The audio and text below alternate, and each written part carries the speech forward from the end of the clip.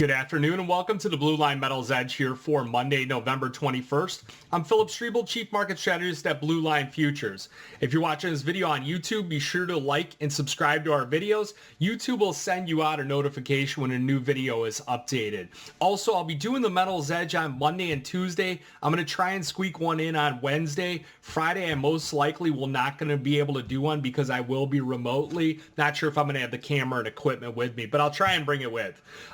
If you look at the markets here today, we're under a bit of pressure. U.S. equities have been under pressure. They went back into positive territory right at the start of the open, and then they kind of dipped back from here.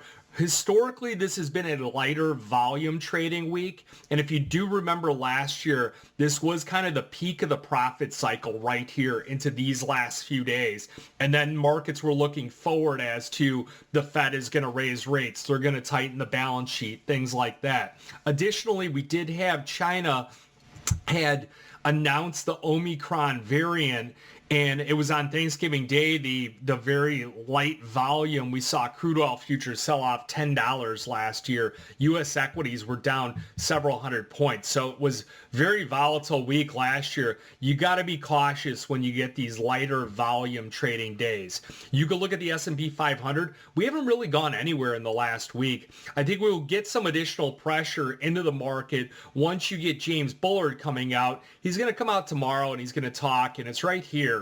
He's going to come out and he should be very hawkish on the market, as he usually is. He's announced that we should see rates go up to the 5 to 7% range, and everything that they've done so far has not really helped the inflation data. Now, looking at today's action, we do have a lot of these markets, though, that account for inflation data are under quite a bit of pressure. One of them is the copper market. Major input costs continuing to roll over. Remember, copper does have that correlation to silver. I believe that's why silver futures are down here today. And then finally, crude oil. Crude oil futures have broken down the last 4 days in a row. Now, in the tactical insights, I do outline our strategies and also some of the different trading we're doing. So on March crude oil, we're bullish to neutral on it. If you haven't established a position, not really needing to, you don't really need to at the moment. You could wait for it to show some signs of bottoming. If you did take that first trade where it was up about 82.50, right here I outline it out, we're going to add another position below 80. And if you look at the March contract, we're significantly lower. We're about $76. So you bring down your average price quite a bit by adding one contract down here. Remember, position sizing is one of the keys to success in futures and commodities trading. You don't want to be too over positioned, or if the positions are too underweight, you might not be getting the level of return that you're expecting. So I do break down the strategy in this report with everything we're doing. When I do say buy extreme breaks on gold, silver, and also platinum, we haven't pulled the trigger on there yet. Kind of the order of operations we'll do is we'll pick up some calculated risk call spreads on silver, gold, and then we'll start looking at futures. And it really kind of depends on where we're at. Gold, ideally, you'd want to be in the 1600s. Silver, you'd obviously want to be back in the 18s. Platinum, you'd want to be closer into the 800s. But I don't know if we'll necessarily get down to those levels at the moment. So we're going to have to keep an eye out. Now, if you do look at the Tactical Insights report, I do post the probable ranges on all the grain markets, the ones that I'm watching, also the different strategies we're using. Remember, on corn and soybeans, we are involved with a seasonal play to the long side. My partner, Oliver Slope, he would help you get set up with the seasonal trades and things like that. Otherwise, you could just wait and we'll cue some off to you here and there. So looking at the gold market, this is kind of how that chart pattern's setting up here. We can see that we're rolling over quite a bit. We might be coming back down to this. This is going to be your 50-day moving average right here. We're sitting right around 1687. So could be pulling back to that level. The system is long. It did buy the breakout at 1713. This is where the settlement's at. Here's where your sell trigger's at. That'll take it back to a neutral stance. It's not necessarily a place to have your stop. Really, you want to be much more aggressive with your stop. You want to use higher risk management. You want to try and capture 70% of your maximum open trade equity. Looking at the crowding analysis, they're still buying gold. they're positioning in there. Same thing with the silver market. Here's that rollover that we're seeing in silver, 1979 key level support. So that's still another dollar lower. We could be moving back down there to get to that longer term moving average. So you look at the market, it's long.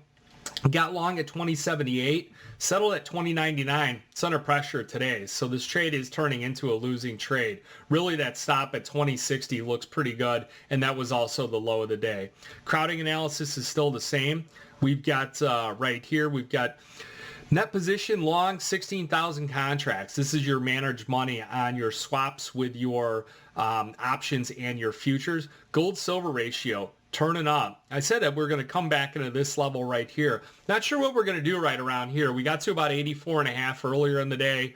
85 and above, that's going to start putting silver as an undervalued asset compared to gold, but we could see a spike up here. So volatility on silver should pick up. Platinum pulling back. Platinum was really the leader on this move, broke out to the upside, and you could see that on this long position, this buy trigger, 1915.10, really good trigger. It really caught that breakout. You can see where the move, where it started to go. It's most likely right around this range right here. It bought this breakout. So getting into the other markets here, crowding analysis on platinum. They're still long on platinum as well.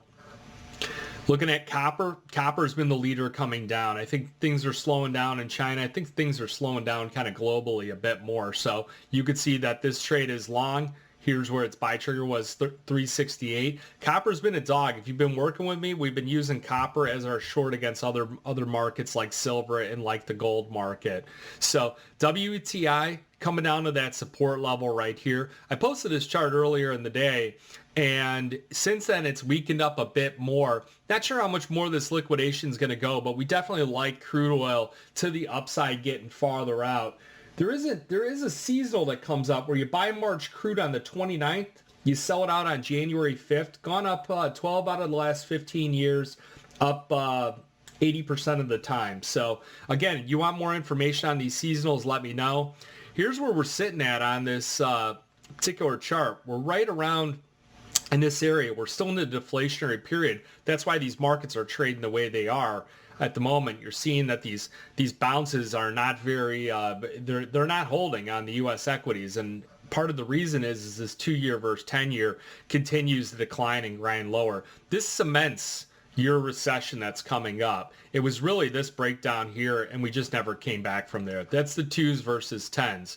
The Fed watch tool, we saw a step up here on the 75 basis point rate hike. So that came out. That's about 24%. Last week it was floating right around 20%. So they're getting a little bit more hawkish, and that dollar bouncing off the 200-day moving average starting to turn back up. Many of you have long positions on a dollar. We wanted to highlight that we would have a stop loss or recommend one below the 200-day moving average if you're going to be long in there. You can see that the position, though, is short at the moment. It's probably going to get stopped out. What will end up happening is on the system, because it's shorter term, it had sold this breakdown, it's going to trail that stop aggressively. It'll get clipped out. It'll go back to neutral trend. We'll see how hawkish they are with the Fed, and the dollar could break back out to the upside. So getting back into it, not much more to highlight out. Again, that volume is going to be lighter this week. Correlations are still pretty strong out there, and your performance, the dollar is still one of the only things that's really been, in the black here, especially for the whole year. So if you got any questions, futures option trading, give me a call, 312-858-7303. I did put out a nice piece on Kitco. It was well received. I was basically saying to buy that next kind of crash that we get in the silver market. I know you guys don't want to hear crash and things like that, but people that are kind of on the sidelines, or they missed this latest trade going back up, you could see that how many times this has happened in the past. We get this movement up pretty strong. We pull back pretty hard. Here's another one. If you go back out over here, we got another one where we shot up pretty good, kind of wafted around, and we fell back. So I think we're just going to do the same thing at the moment. I don't see much fundamental changes, no silver squeeze out there, no significant demand. On your coins and things like that, sure, they're one-offs. There's going to be a lot of demand for those. But as far as like silver from the bullion, from the industrial side of things that consumes 54% of silver, no significant pickups there. Look at copper, that's your leader, and that's kind of my advice for the day. Again, if you have any questions, futures option trading, give me a call, 312-858-7303. Remember, futures and option trading does involve risk of loss. May not be suitable to all investors. Good luck, good trading.